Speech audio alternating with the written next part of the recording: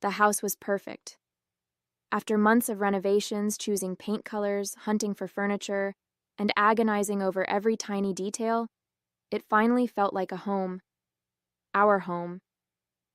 I'd spent countless hours on this space, pouring in not just money but heart and soul. It wasn't just a house. It was a symbol of what I thought my marriage to Daniel could be. A partnership. A place where we could start fresh and build something beautiful together. That's why, when he casually dropped the bomb over dinner, it felt like a slap in the face. "So, Greg's going to stay with us for a while," he said, spearing a piece of chicken with his fork. "You know, just until he gets back on his feet." I blinked at him, not sure I'd heard him right. "Greg? Your friend? The one going through the divorce?" "Yeah," Daniel said, chewing like it was no big deal. "He needs a place to crash, and he's bringing his dog too." I put my fork down, my appetite evaporating. "How long is a while?" He shrugged. "Until further notice." "My name is Julia, and I'm 36 years old. For the past year, I've been pouring my energy into this house. It wasn't just about renovations. It was about creating a sanctuary, a place where Daniel and I could finally settle down and start the next chapter of our lives. But over the years, I'd started to notice a troubling pattern. Daniel had a habit of making decisions, big ones, without consulting me. Whether it was switching jobs, planning vacations, or apparently inviting his recently divorced best friend to live with us indefinitely, my opinion was always an afterthought. He'd brush off my concerns with a casual, "It's fine," or "We'll figure it out." And each time I'd let it go, convincing myself it wasn't worth the fight. This time, though, it felt different. The house was supposed to be our space, the one place where I thought I'd finally have a say. And yet, here we were, with Daniel unilaterally deciding to upend our lives. Again. "Daniel," I said, trying to keep my voice calm, "don't you think we should have talked about this first? This is a huge decision." He looked at me like I'd just suggested something ridiculous. "Why? It's my house, too. I don't need your permission to help my best friend." I felt my stomach knot. "This isn't just about Greg. We've just finished moving in, we're finally settling down, and now you're inviting someone else to live with us indefinitely? What about his dog? What about our space? This affects both of us." Daniel sighed and leaned back in his chair. "Look, it's not a big deal. Greg's going through a rough time, and I'm not going to abandon him. He's my best friend. You'd do the same if it were one of your friends." "That's not the point," I said, my voice sharper now. "The point is, you didn't ask me. You just decided, and now I'm supposed to go along with it like I don't have a choice?" "It's my house too, Julia," he snapped, his tone turning defensive. "And my decision is final." The words hung in the air like a punch to the gut. My decision is final. Not our decision. My decision. In that moment, it was painfully clear. He didn't see me as an equal partner. He saw me as someone who'd adjust, compromise, and bend to whatever he wanted. And the worst part? He expected me to accept it without a fight. I stared at him across the table, my heart pounding. Every fiber of my being wanted to explode, to yell, to tell him exactly how wrong he was. But instead, I forced myself to take a deep breath. If there was one thing I'd learned over the years, it was that arguing with Daniel rarely led to anything productive. He'd dig in his heels, double down, and turn the blame back on me. So I did something I hadn't done before. I stayed quiet. "Okay," I said finally, my voice calm but icy. "If that's how you feel." Daniel frowned, clearly expecting more of a reaction. "That's it?" I nodded. "That's it." I cleared the table without another word, retreating to the bedroom as Daniel sat back down and turned on the TV. My hands shook as I loaded the dishwasher, the anger bubbling just beneath the surface. He thought he'd won. He thought I'd let this go, just like I always did. But this time, he was wrong. That night, as Daniel slept soundly beside me, I lay awake, staring at the ceiling. The house I'd spent months building didn't feel like mine anymore. It felt like a stage for someone else's decisions, someone else's rules. And if I didn't take a stand now, it would only get worse. A plan began to form in the back of my mind. Small at first, but growing with every passing moment. I wasn't going to yell or beg or try to change his mind. I was going to show him what it meant to make a decision without considering someone else. When he arrived with Greg and that dog, they'd find out just how final my decisions could be. I spent the next few days quietly setting my plan in motion. Daniel didn't suspect a thing. Why would he? He'd made it clear he thought his word was law, and as usual, he assumed I'd fall in line. But this time, I wasn't backing down. I'd spent too much time, effort, and energy creating this home to let it become someone else's crash pad. No questions asked. The first step was the locks. I called a locksmith while Daniel was at work, explaining that I wanted all the exterior locks replaced. "It's a precaution," I told the man, forcing a polite smile as he drilled away. He didn't need to know the details, and frankly, I wasn't ready to admit to anyone what had pushed me to this point. When the job was done, I held the new keys in my hand, feeling a flicker of power I hadn't felt in months. Step 2 was reclaiming the space inside. I walked through the house, taking stock of everything that screamed Daniel's decisions. The oversized recliner he insisted on keeping, the ugly coffee table his mother gave us, the ridiculous sports memorabilia cluttering the walls. I moved it all into the garage. By the time I was done, the house looked different. Lighter. Mine. Lauren came over that evening to help finalize the details of my counterplan. She'd been my best friend since college, the one person who always told me the truth, even when it was hard to hear. "You're really going through with this?" she asked, lounging on the freshly cleared couch. "Absolutely," I said, pouring 2 glasses of wine. "He wants to make unilateral decisions? Fine. Let's see how he likes it when I do the same." Lauren grinned, raising her glass. "I love this for you. But seriously, what's your endgame? What happens when he shows up with Greg and the dog?" I took a sip of wine, savoring the moment. "I'll let them know that this is still my house, too. They can either respect my boundaries or they can figure out another plan. I'm done bending over backward for Daniel's nonsense." The next step was preparing for their arrival. I had no intention of turning Greg away outright. I knew it wasn't his fault that Daniel had overstepped. But I wasn't going to roll out the welcome mat either. I set up the guest room with the bare minimum: a mattress, a single pillow, and an old blanket. No extra comforts, no space for the dog, nothing that screamed "make yourself at home." If Daniel wanted to play the generous host, he could do it without my help. Meanwhile, I packed a small bag of Daniel's things, just the essentials, and left it by the front door. It wasn't a threat, exactly.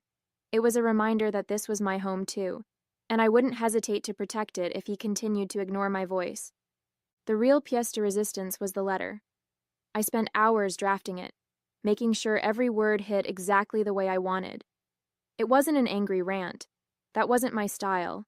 It was calm, clear, and firm, laying out exactly how I felt and what I expected moving forward. "Daniel," it read, "this house is our shared home, which means decisions about it should be made together. By inviting Greg to live here without consulting me, you dismissed my feelings and undermined our partnership. I won't tolerate being treated as an afterthought in my own home. If Greg stays here, it will be under my conditions, not yours. And if you can't respect that, you're free to leave."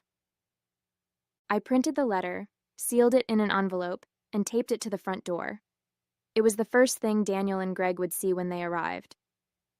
The days leading up to their arrival were oddly quiet.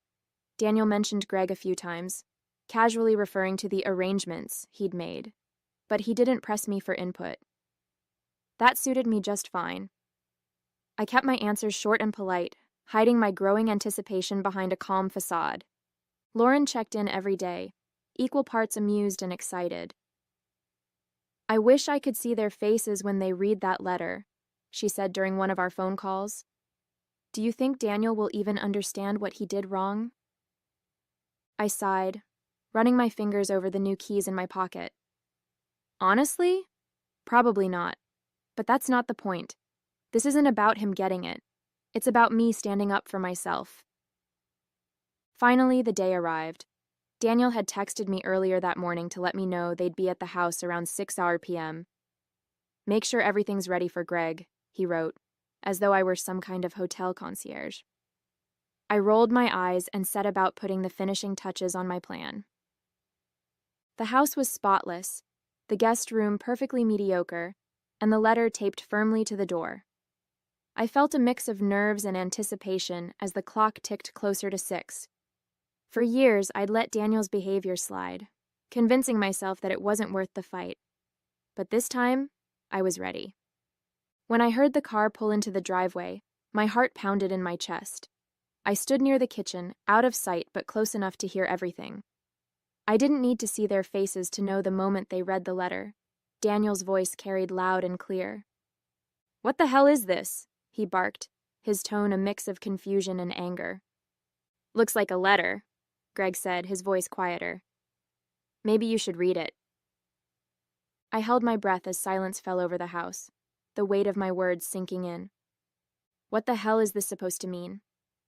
Daniel's voice roared through the house as the front door slammed shut. I stayed in the kitchen, letting the words linger in the air. I wanted him to read the letter fully, to stew in the implications before I made my entrance. "What's going on?"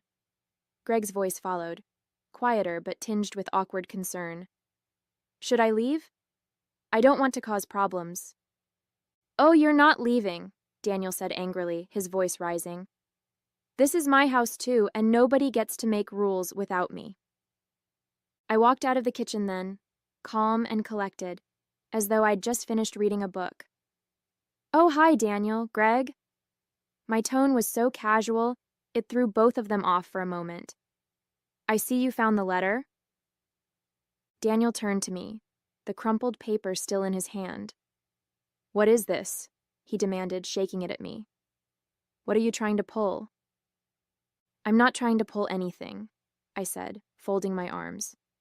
"I'm just reminding you that this is our home, and I'm not going to stand by while you treat me like a guest in my own space."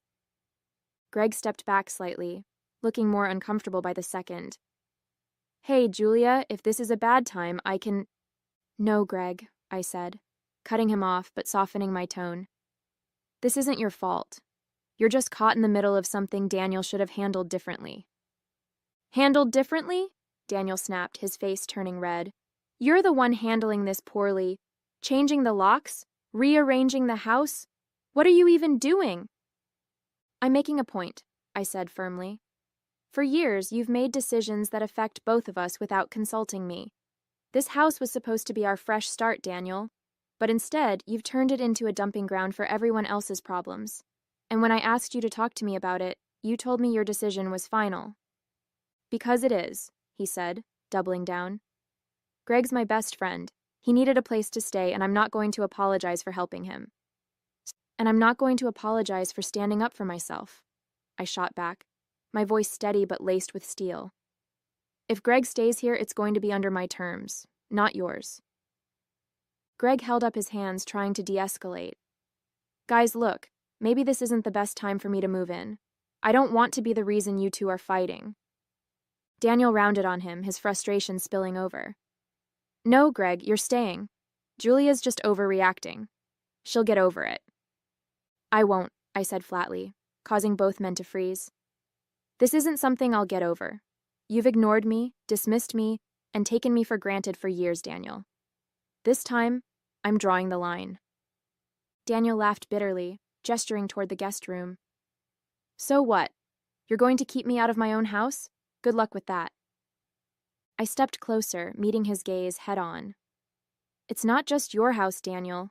It's mine too. And unless you're willing to treat me like an equal partner, maybe you should be the one leaving." The room went silent. Greg shifted awkwardly, clearly wishing he were anywhere else. Daniel looked at me like he couldn't believe what he was hearing. For the first time in years, I saw uncertainty in his eyes. "You're serious," he said finally, his voice quieter. "I've never been more serious," I replied. "You've taken me for granted for too long, Daniel. If you want this to work, you're going to have to start listening to me. If not, I'll be fine on my own. Greg cleared his throat, breaking the tension. Julia, he said hesitantly, I think I should leave. This isn't my fight. You're right, I said, turning to him. It isn't. And I'm sorry you got caught in the middle of this. But this isn't about you, Greg. It's about boundaries. I hope you understand. Greg nodded, grabbing his bag and the dog's leash. I'll figure something else out, he said, shooting a meaningful look at Daniel. Take care of this man. Seriously. As Greg walked out the door, Daniel and I were left standing in the entryway, the tension between us thick and heavy. This is ridiculous, he muttered, pacing back and forth. All this over Greg staying here for a little while? It's not just about Greg, I said, my voice softening slightly. It's about how you treat me. You didn't ask me. You didn't consider my feelings. You just assumed I'd go along with whatever you decided. That's not a partnership, Daniel. He stopped pacing, his shoulders slumping slightly. I didn't think it was a big deal, he admitted, his tone begrudging. I thought you'd understand. Well, I didn't, I said, standing firm. And if we're going to move forward, that has to change. No more unilateral decisions. No more dismissing me. I'm your wife, not a tenant in your house. Daniel didn't say anything for a long time. He just stood there, staring at the letter still crumpled in his hand. Finally, he nodded, his voice barely audible. I get it. Do you? I asked, my tone skeptical. He looked up at me, his expression tired but sincere. I do. I don't want to lose you, Julia. I nodded slowly, then start acting like it. The house felt eerily quiet after Greg left. His dog's absence, the bag he had dragged out the door, and the awkward final exchange lingered in the air. Daniel sat on the couch, his head in his hands, as if the weight of the evening was finally catching up to him. For the first time in years, I didn't feel like the one who had to fix it. I busied myself in the kitchen, putting away the glasses and tidying up, mostly to give myself space to think. I didn't know what would come next, but I knew I'd said everything I needed to say. Daniel's reaction was his to process. I wasn't going to carry the burden of it for him. After a few minutes, he came into the kitchen, his footsteps slow and deliberate. Julia, he said, his voice softer than I'd expected. I want to talk. I turned to face him, leaning against the counter. I'm listening. He rubbed the back of his neck, looking anywhere but at me. I was wrong, he said finally. About Greg. About the way I've been treating you. I've been selfish. I didn't even think about how this would make you feel. For a moment, I didn't respond. I wanted to believe him, but I'd heard apologies before. Do you understand why I'm upset? I asked carefully. I think so, he said, his brow furrowed. It's not just about Greg moving in. It's about how I handled it, how I didn't handle it with you. I made it seem like your opinion didn't matter, and that's not okay. I nodded slowly. No, it's not. He sighed, his shoulders slumping. I've always been the kind of guy who makes decisions quickly. I didn't realize how much that was hurting us. You've had years to realize it, I said, my tone firm but not unkind. And I've had years of being dismissed and overlooked. That stops now, Daniel. If you can't change, if we can't be partners, I won't stay. His face tightened at my words, but he didn't argue. Instead, he nodded. You're right. I don't want to lose you, Julia. I know I've messed up, but I want to do better. That night, we slept in separate rooms. It wasn't out of anger, but because I needed time to process what had happened. For years, I'd carried the weight of Daniel's decisions, sacrificing my voice and my comfort for the sake of our marriage. Standing up for myself felt good, liberating even, but it also left me questioning whether things would ever truly change. I replayed the events of the evening over and over in my mind. Greg's quiet departure, Daniel's outburst, and finally, his attempt to take responsibility. Was it genuine? Could he really change after all this time? I didn't have the answers yet, but I knew one thing for certain. I wasn't going back to the way things were. In the days that followed, Daniel made an effort. He started asking me about decisions, small ones, like where to go for dinner, and bigger ones, like how we'd divide responsibilities at home. It wasn't perfect, and I could tell it wasn't easy for him, but it was a start. For the first time in years, I felt like we might actually be partners. As for me, I began focusing on what made me happy. I redecorated parts of the house to reflect my own tastes, adding personal touches that made the space feel like mine again. I spent more time with Lauren, catching up over coffee and laughing about the chaos of the past few weeks. Slowly but surely, I started to feel like myself again, stronger, more confident, and less willing to settle for anything less than what I deserved. A month later, the house felt like a completely different place, not because of the decor or the layout, but because of the energy. It was quieter, more balanced, and for the first time in years, it felt like my home. I'd spent weeks reclaiming my space, not just physically but emotionally, and that effort had paid off. Daniel had taken the confrontation to heart. He started therapy, not because I'd asked him to, but because he recognized that his behavior needed to change. He admitted one evening over dinner that he hadn't realized how much his decisions had alienated me, how his assumption that we'd figure it out had really meant, "You'll adjust." "I didn't respect you the way I should have," he said, his tone quiet but sincere. "I thought I was being a good husband by handling things on my own, but I see now that I wasn't. I was just shutting you out." It wasn't easy to hear him admit those things. A part of me wanted to scream, "Why did it take this long?" But I also knew that change wasn't instant. For the first time in our marriage, Daniel was putting in the work, and I appreciated that. It didn't erase the years of frustration, but it was a start. As for me, I'd found my voice again. The version of me that had been buried under years of compromise and silence was finally coming back to life. I set boundaries, clear, firm, and unapologetic ones, and Daniel respected them. When he asked about having Greg over for dinner one weekend, I appreciated that he phrased it as a question, not an assumption. "Dinner sounds fine," I told him, "but just dinner, not a sleepover. And Greg can leave the dog at home." He nodded. "Of course, thanks for agreeing." It was a small moment, but it felt like a win. Lauren noticed the change too. Over coffee one morning, she leaned back in her chair, grinning. "You look lighter," she said, "happier." "I feel lighter," I admitted. "For the first time in a long time, I'm not tiptoeing around him. I know what I want, and I'm not afraid to say it anymore." She raised her cup in a toast. "To finally taking up space." "To not settling for less," I said, clinking my cup against hers. There were still days when I doubted whether things would last, whether Daniel's efforts would hold. But I knew one thing for sure. I'd never lose myself in a relationship again.